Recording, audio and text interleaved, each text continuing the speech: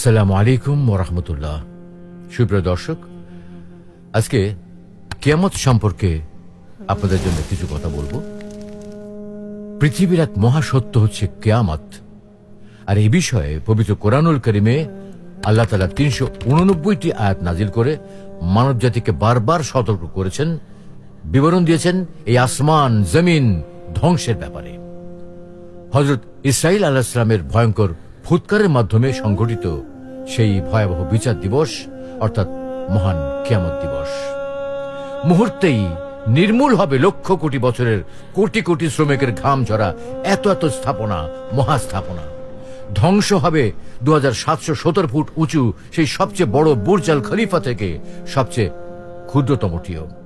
ভাবছেন কি অবস্থা হবে সেদিন?